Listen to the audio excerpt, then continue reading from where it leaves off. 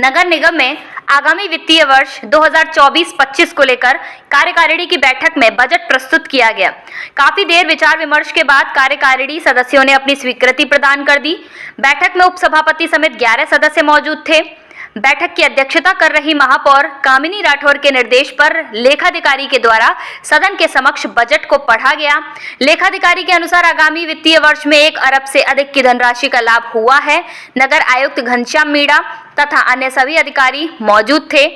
आज दोपहर लगभग 12 बजे लेखाधिकारी राम लखन गुप्ता ने जैसे ही बजट को पढ़ना शुरू किया, वैसे ही कार्यकारिणी सदस्य पार्षद रेहान ने उन्हें बीच में ही रोक दिया और अपने क्षेत्र की समस्या को वह सदन के सामने रखने लगे।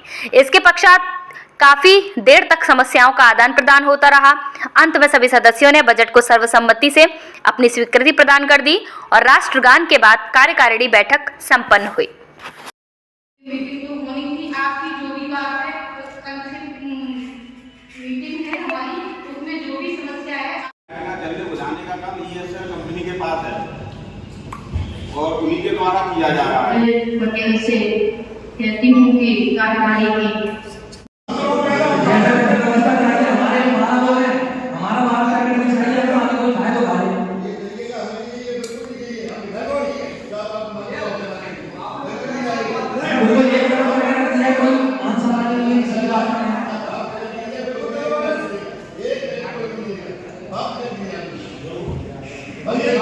चौराहे तक ये आसपास तो होनी चाहिए। शहर में हो रही है, इसमें लाखों रुपए का पर डे शहर की जनता पर यहाँ टैक्स वो चालान हो रहे हैं, पर डे हो रहे हैं इस पर।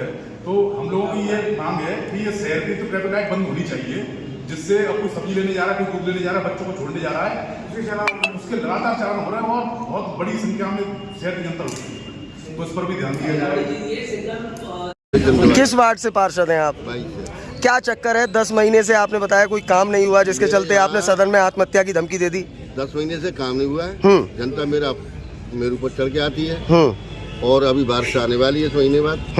इस महीने बाद नहीं, मतलब आगे बारिश का आगमन है और गली नीची पड़ी है और उनमें पानी भरेगा।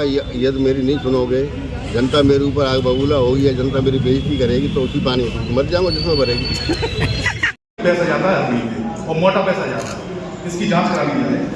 दूसरी चीज ये जो टेंडर फ्लो होते हैं, जब नगर ये जो समस्याएं बता रहे हैं उनको नोट कर लीजिए। एक्शन साहब आपकी मैडम, ये नगर निगम ने एक चश्मा दिया, इसकी कीमत रखी 10 रुपए। हम 10 रुपए रख रहे हैं, इस पर बोली लगाई। किसी ने कहा हम इसको 9 रुपए में लेंगे। उसके बाद 9 रुपए में जब ये हो गया तो किसी ने 7 में लिया, किसी ने 9 में लिया। तो यहाँ से नगरायक साहब द्वारा ये कहा जाता है कि इसको 8 कर दो। तो ये कौन से नियम अनुसार किया जा रहा है, इसकी जरा जानकारी हम सदस्यों को दे दी। एक मुद्दा ये है कि बस स्टैंड के सामने एक मार्केट बनी हुई है।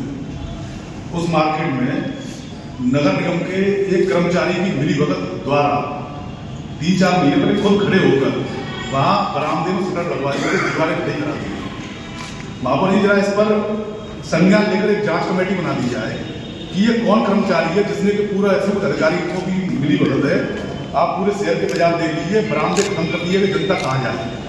जनता आती है, हम ठेकेदारी नहीं कर रहे। हमारा पता कर लेना, हम लोग को ये आरोप ना लग जाए कि हम लोग ठेकेदारी कर रहे हैं इसलिए हम इस मुद्दे को उठा रहे हैं। ऐसी कोई बात नहीं है। लेकिन ये जो परिपाटी डाल दी गई है बहुत गलत डाली है। जब कोई चीज का हमने टेंडर निकाल दी, जितने ठेकेदार ले रहा है उसको दे दो। जबरदस्ती क्यों की जा रही है? और पर जबरदस्ती की जा रही है, 10 का लेना उसका भी तो 5 करा दिया जाए। कोई अधिकारी को जवाब देंगे, चीफ इंजीनियर साहब जवाब देंगे। तीसरी चीज मैडम, ये जो उससे 5 के लिए कहा जाता है, किसी ने 10 के लिए तो उसका भी तो 5 कराया जाए। सेटलमेंट ये जो आरोप करते हैं, ये तो नगर निगम खुद करा रहा है। सेटलमेंट टेंडर मैनेज इसी को कहा जाता है, खुलेआम मैनेज हो रहे हैं। जब किसी ने कोई चीज 1 रुपए में ली तो 1 रुपए में दे दो उसको।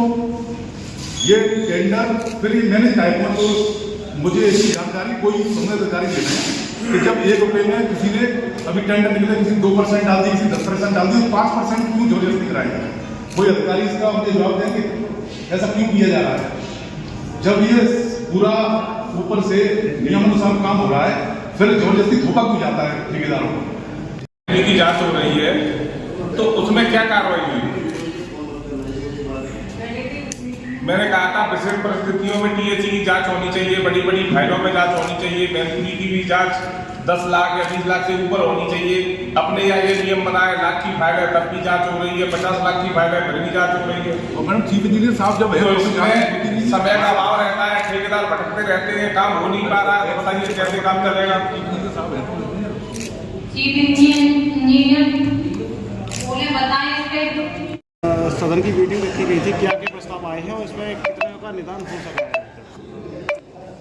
आज कार्यकारिणी की बैठक रखी गई है जीवाराम हॉल में। हमारे साथ सभापति महोदय और हमारी कार्यकारिणी के सभी पार्षदगण उपस्थित रहे, सभी संबंधित अधिकारी उपस्थित रहे और सभी पार्षदगणों ने अपनी अपनी समस्याओं को रखा गया है। सभी अधिकारियों ने मेरे निर्देशानुसार नोट किया है, उनका जल्द से जल्द समाधान किया जाएगा और सभी पार्षदगणों ने मेरा सहयोग किया, इसके लिए मैं सभी पार्षदगणों का बहुत बहुत धन्यवाद। वार्ड नंबर 22 में एक पार्षद रहे हैं, उन्होंने कुछ अपनी समस्याएं वेदना दी थी, तो क्या है उनकी समस्या क्या थी? हमारे वार्ड नंबर 22 के जो पार्षद थे उनका कहना था कि उनका जो पहले 15 मिनट की बैठक थी उसमें कोई कार्य नहीं लिया गया है, लेकिन हमारी जो सेकेंड वाली बैठक हुई उसमें उनके 4 काम आए हैं, उन पर जल्दी काम लगाया जाएगा। दिवाकर काफ़ी आहत थे और उन्होंने आत्महत्या तक करने की बात कह दी। आखिरकार माजरा क्या? एक्चुअली अभी उनके वार्ड में 4 काम ले लिए गए हैं और जल्द से जल्द सबके ऑर्डर की उनका कहना ये है कि भाई थोड़ा तेज़ी से काम चालू किया जाए, तो उसको हम लोग इंश्योर करवा रहे हैं और सबसे पीछे प्रयास कर रहे हैं कि जितने भी, क्योंकि अभी हमने टोटल 84 टेंडर्स अवार्ड किए थे जिसमें से अराउंड 70 के वर्क ऑर्डर हम लोग ने कर दिए जी। 4 फाइलें जो है वो टेक्निकल मतलब 14 फाइलें जो टेक्निकल रीजन से रुकी थी वो भी अब सब ऑलमोस्ट क्लियर हो गई है, जिसमें EMD और बाकी चीज़ें नहीं थी तो वो सब लोग लगवा दिए और आज से कल में हम लोग 100% टेंडर। मीटिंग के दौरान प्रकाश विभाग की सीधे तौर पर लापरवाही देखी गई, चाहे वो लाइट जलने की बात हो या खराब की बात हो, तो पूरे इसमें जो ESL कंपनी है उसके इस तरह से काम किया जाता है और उनके जितने भी अधिकारी हैं उनके साथ हम लोग मीटिंग कर रहे हैं और उस पर हम लोग ने शासन स्तर पे भी अवगत कराया कि कई सारे इशूज़ हैं यहाँ पे, उनके स्तर पे इतनी कार्रवाई नहीं की, मतलब जो उचित कार्रवाई वो नहीं की जा रही है, इसके लिए हमने नोटिस भी उनको इशू किया है और उनके खिलाफ भी हम कार्रवाई। टेंडर मैनेजमेंट को लेकर देशदीपक पार्षद ने कहा कि 5% का फ्लो का जो आपने तय कर रखा है, तो उसको लेकर आखिरकार क्या समस्या? देखिए एक्चुअली कई टेंडर्स जो है वो 1% 2% का आते हैं, तो हम लोग ने प्रचलन किया गया कि उसको और ज़्यादा नेगोशिएट किया जाए ताकि नगर निगम का जो धन है उसको बचाया जा सके, तो उस पर हम लोग ने, क्योंकि पहले टेंडर्स 10%, 15%, 20% हो जाते थे, लेकिन अब 5% तक फिक्स हो गए। ऐसा कुछ नहीं है, जो कम आते हैं जो खास करके किया तो उस पर हम लोग पार्षद भी कह रहे हैं टेंडर मैनेजमेंट का एक आरोप लग जाता है। देखिए उस पर हम लोग नेगोशिएट कराते हैं, इलेक्ट्रॉनिक पद्धति है, पूरा टेंडरिंग है, कोई भी टेंडर डाल सकता है। इसकी हम लोग ने शुरुआत में जाँच भी कराई थी, जाँच कमेटी मेरे जी मैंने जांच कटिंग की थी, उसमें सारे जितने भी लोग हैं सबसे वो किया गया था, उसमें भी जांच कराई जा चुकी है पूर्ण, और इस तरह का कोई इशू हो तो दोबारा। एक आखिरी सवाल, उपसभापति जी के कार्यालय को लेकर और नेता प्रतिपक्ष के कार्यालय को लेकर लगातार बात रही, खाने को लेकर विवाद पैदा हुआ कि क्या मसला है? इसको हम लोग इस पर चर्चा कर रहे हैं, जो भी उचित इस पर कार्रवाई करें। सर एक लास्ट सवाल ये है कि चीफ और AXM को न मिलने पर ऑफिस को काफ़ी लोगों की नाराज़गी रहती है, ज़्यादातर बैठे नहीं दिखाई देते हैं यहाँ पर। अभी कुछ जो फील्ड में कार्य कर रहे थे उस पर इन लोग रेगुलरली जाते रहते हैं, हम लोग टाइम सुनिश्चित करते हैं ताकि। पार्षद ने आत्महत्या की धमकी दे दी, तमाम पार्षदों ने आपके उपसभापति के कार्यालय की बात कही, नेता प्रतिपक्ष के कार्यालय की बात कही, आखिरकार क्या माजरा? पिछले 10 महीने में क्या काम नहीं हो रहा? ऐसा है, पहले राउंड में जो काम आए थे उसमें कुछ सभासदों के काम छूट गए थे, कुछ के हो गए थे, क्योंकि 70 पार्षद हैं, हो सकता है इतना पैसा नहीं आया हो या बड़े बड़े टेंडर उठ गए हों जी, मगर इस बार में कोई पार्षद ऐसा नहीं है जिसके काम नहीं आए हों। अब किसी ने गुस्सा है किसी बात पे, मैंने तो मनाने की भी कोशिश की है, ऐसी बात उन्हें सदन में नहीं कहनी चाहिए जी। देखो हम आप चुने हुए व्यक्ति हैं, समाज में हमारी आपकी कुछ इज्जत है, हमें ऐसे बातें करेंगे कि हम आत्महत्या कर लेंगे।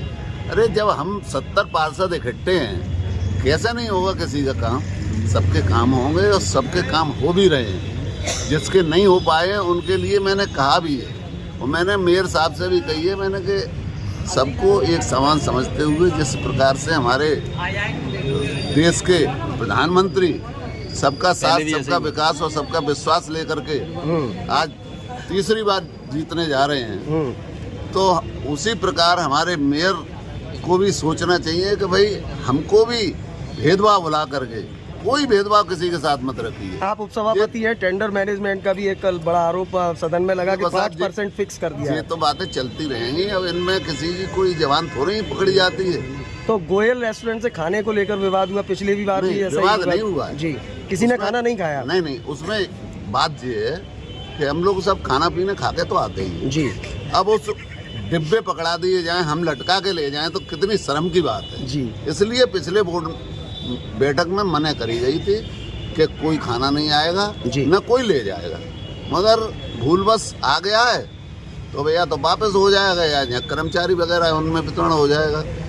हम आपके चैनल के माध्यम से कहते हैं कोई बात नहीं है, बड़े अच्छी तरीके से पूरा वोट चल रहा है और सबके काम होंगे, और जिनके नहीं होंगे उनके मैं करवाऊंगा। ठीक है।